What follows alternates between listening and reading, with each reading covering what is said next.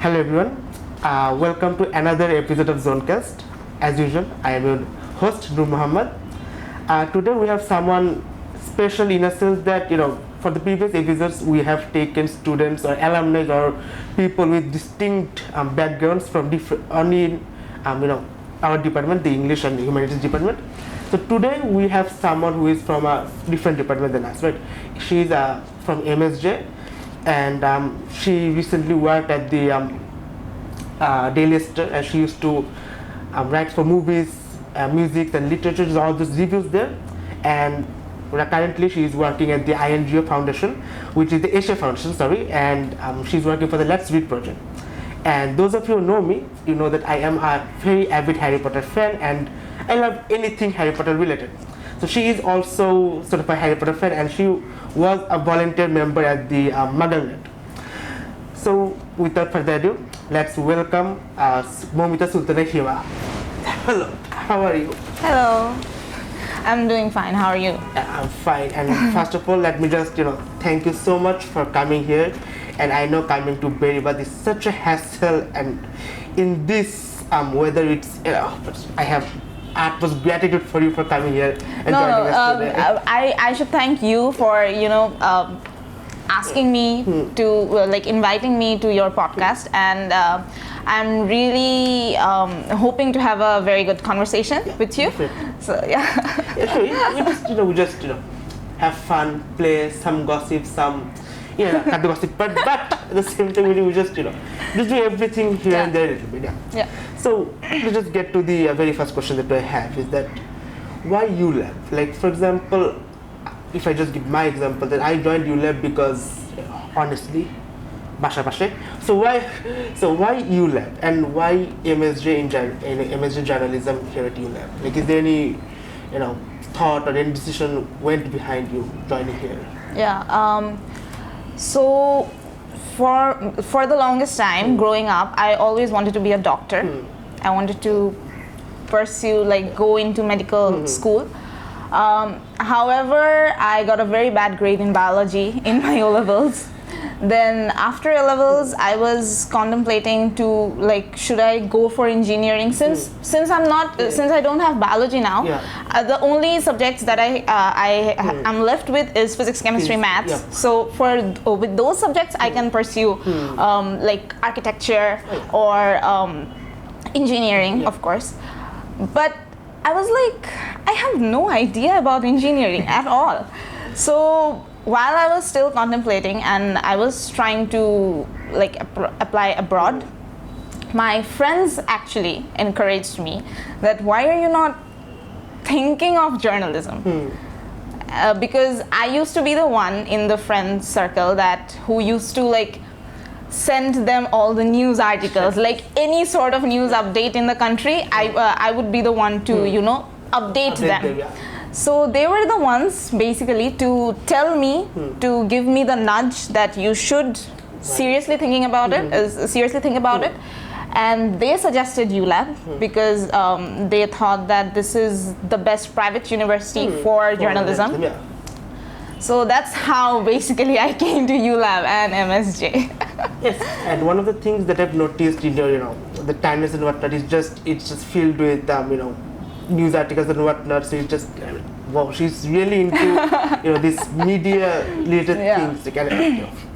And something that you said about engineering and whatnot. My sister, she's studied engineering, and anytime, even though I have also finished from English, engineering and science background, anytime she's like, bro, can you help me with this?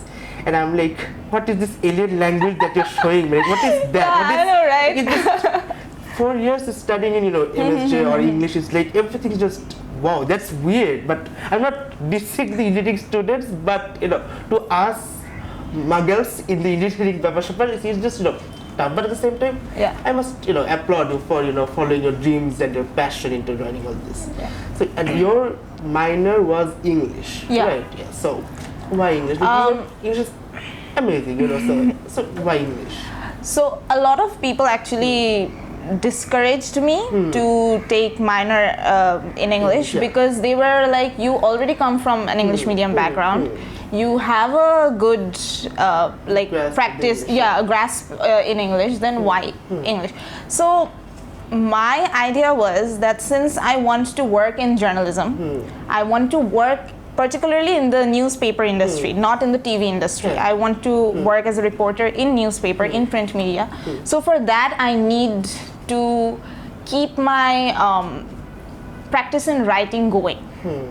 So for that, I actually chose English as a minor because even now, currently, since I'm working at an INGO, and it's like I'm not practicing English every day, and English only gets better if you keep on writing, if you keep on talking. So I think that was the major reason why I chose English as my minor. Oh, wow, that's nice. I can help but feel proud to hear somebody studying English and whatnot.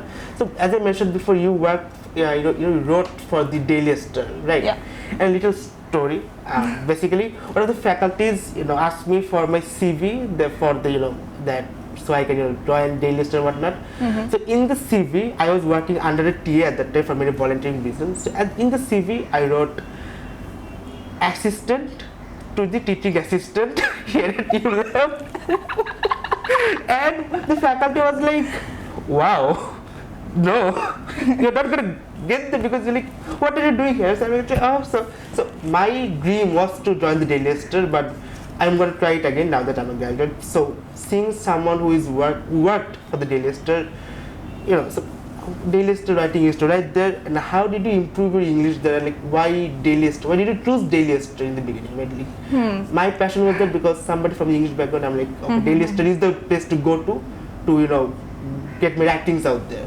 So what was your reasoning? Of course, since Daily Star is the major like top English dailies of the country, it's like an achievement to just publish something in the newspaper. So for me, I started with the arts and entertainment desk. I wrote a few, like I was contributing on and off because since I was already like studying and it was a little hectic for me to cover events. However, I took the initiative of interviewing an artist during their concert, and I covered one concert. I covered the Ritviz concert. I interviewed Popeye. The guy looks like me, and the guy is so much better singer. He was a really nice person. I basically reached out to him. So Daily Star, of course, because it's I chose Daily Star because it's like saying that is like an understatement for them. I think Daily Star chose me. Daily Star chose me, and after that I wanted to work full time. So I then joined their commercial supplement section as an intern, and I interned there during my fall 2023. So while I was studying like 4 courses at university, I was also working there from office, and it was very hectic. Like I used to be out of my home for like 14 to 15 hours a day. So that was like every time I used to reach home, I would just have dinner and sleep. I'll sleep by 11. So yeah, people couldn't find me because of this. So yeah, I think this is how the journey of Daily Star sort of sums up for me. And of course it helped with like, it's one thing to write news articles for your assignments, but it's another thing, it's a whole different thing to like go through the process of finally publishing that. So Bangladesh is going to be that. The mass media is going to have that access. So I also got to, like, the editors that I had were very nice and were always like the final published write-up when I used to read, I used to go like, okay, this sounds so much better. Why didn't I write that initially? So I think that's how you understand how you need to develop your writing. So yeah. So the next time I want to join this, Moumita, help. So how did you improve your English writing? Like, because you write in English at the Head. How did you improve them? Just for us who are really bad at English, how do you? I think improving in English is like not being able to. The major reason why people don't see improvement is they don't want to correct their mistakes. Right. In fact, if you correct them, they feel like you probably insulted them. Right. So that's one thing, because I was actually quite sort of bullied back in school for my English, because like whenever I used to say a sentence, maybe it had a grammatical mistake or something, they used, like my friends back then used to tell me that don't try to talk in English because you can't speak it. So that used to hurt, but I also used to go like, okay, if I don't talk with you people, then how am I going to improve mine? So I think that was one major drawback I felt growing up, and with time I had better friends, I had better content to watch on YouTube, on Netflix. So I think one of the best ways for me to like for my improvement in English was watching Harry Potter movies, because see, those were in British accent, and I watched like, I think for a month straight I only rewatched all the 8 movies. So and with that you also sort of memorize the dialogues. And if you memorize the dialogues, you also get that accent, or you also get that swiftness in your talking. So I think that helped me with English and with just understanding my mistakes. And even now, whenever I write anything, I give that write-up to my friends who I think are better than me, and sort of ask for their advice. And I don't just think that, okay, no, whatever I write is best. No, I think there's always a scope for improvement, and everyone should look into it, look for opportunities to just improve, or get a different perspective on how you can write this particular sentence. Like, I'm saying this, but this one thing can be said in 10 different ways by 10 different people. So I think that's how I improved in English, because I always looked for suggestions. Interesting you say that, because in a friendship sort of context, like, we are scared to show our friends our writings. Maybe they're better than us, and they'll be like, oh, the English person, that thing happens a lot. And because of that, this peer pressure of not giving them our writings because of this, it's not really, just subtle insinuation that exactly, probably good at English, like you're better, and that's why come to English zone. We'll bully you if you don't come to English zone to improve your English, alright? Oh, god damn it! But so content creation, you used to also do content creation for the listener, right? Or No. I basically, I am a content creator on my Instagram space.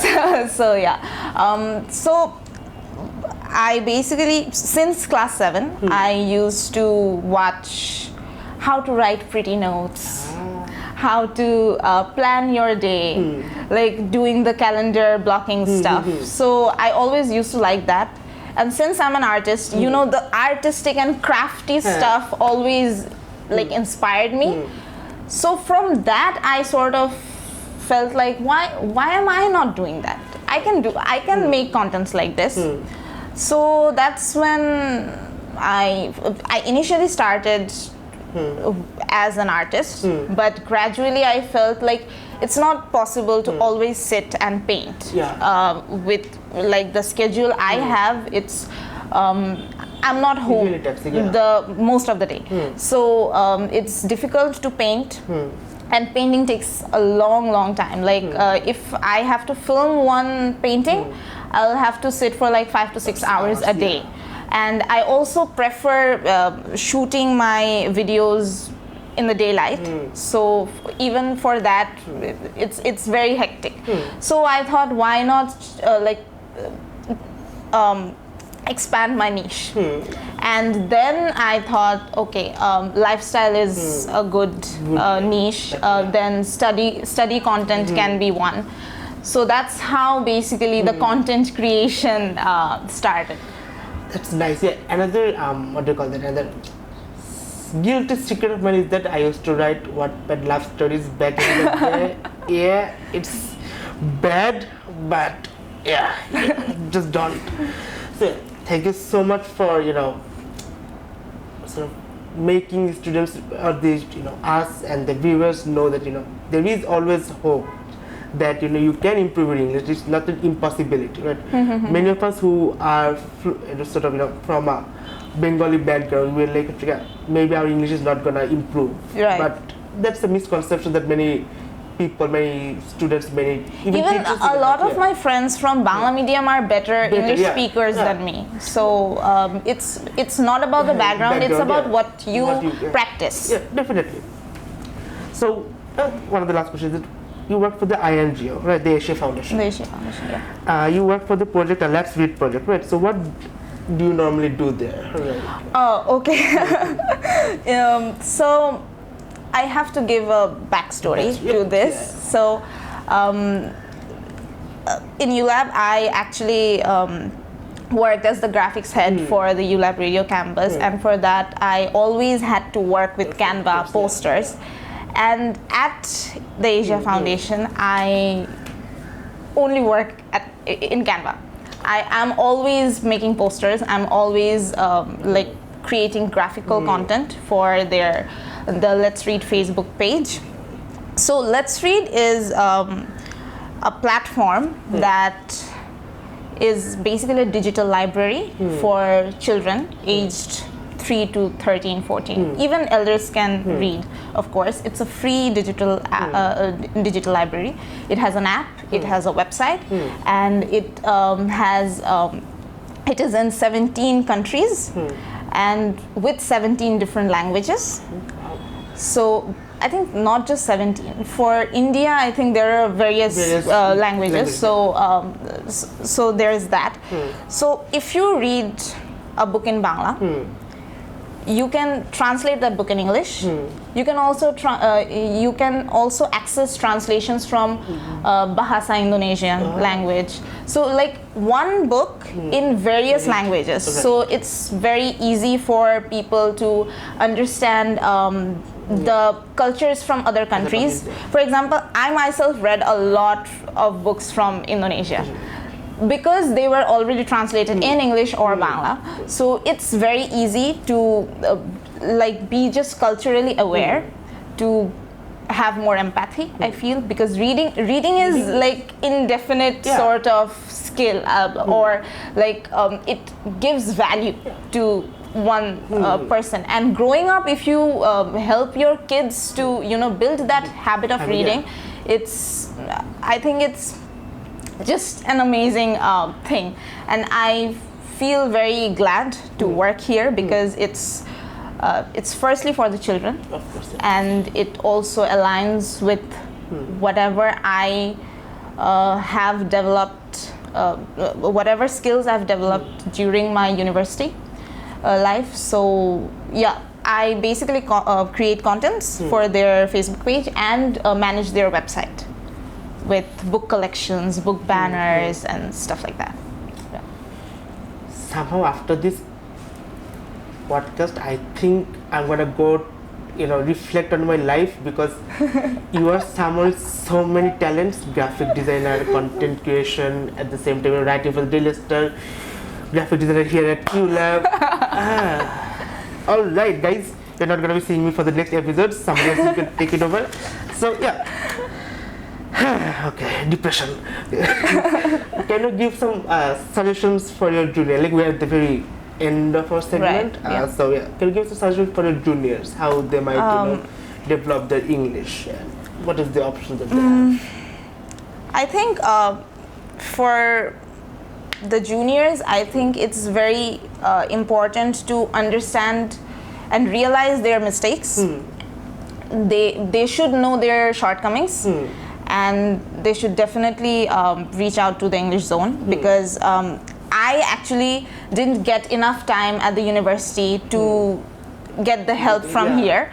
Because for the first 2 years, I did my classes online. COVID students. I did my classes online. So for the third and fourth year, I was already at a space where I didn't want a new sort of environment. So at the start, if they're in a first or second semester, they should definitely try to come here at the English Zone and take help from their seniors hands-on, so that they can improve their assignments. Because for assignments, if you actually write properly, the faculty will give you mark. It's just your management, or even during group projects, I've noticed that I got to learn a lot from from my friends who were, of course, who had better CGPA, and they also had this better writing structure. So if you sort of get help from your peers, you can understand how to write your maybe research proposal, any sort of difficult assignment that you struggle with. Apart from that, I think movies are Great help. are of great help. Yeah. And if you actually rewatch it, because I've seen many of my friends not rewatching any of the films, but I always rewatch whatever I love. So I think that also helps me with understanding I don't need subtitles always if I'm rewatching, because I'm listening to to whatever they're saying. So it also helps with your hearing ability. So I think that's how students should, whoever are now joining ULAB should try to take inspiration and help from whatever sources university is providing them, and whatever sources the world around is providing them. So yeah. Yes, so guys, you should not be ashamed of asking for help, because we're always there to help. And many students that do come to English Zone, they have this misconception that English Zone is something that why they have to it's like a club, like they have to work here, or they have to pay to get here, something like that. But in the end of the day, it's just some some students who have learned English through hard work. They tend to help the other students, and it's open for every department, every single. I also want to add on it. Since I work as a home tutor, I actually learned a lot from my students as well. So even if you know a lot, you should definitely come to the English Zone, because when you're talking to your peers, it's always a help. It's always something that you learn, because everyone is coming from a different background. You get to learn their experiences. You get to learn so many things. So yeah, that definitely helps. So with that, thank you so much for being here today. Thank you. You have been an amazing host to amazing guest to host. I'm bad at English, guys. Don't do So thank you so much for coming. And so with that, we'll be wrapping today's episode up.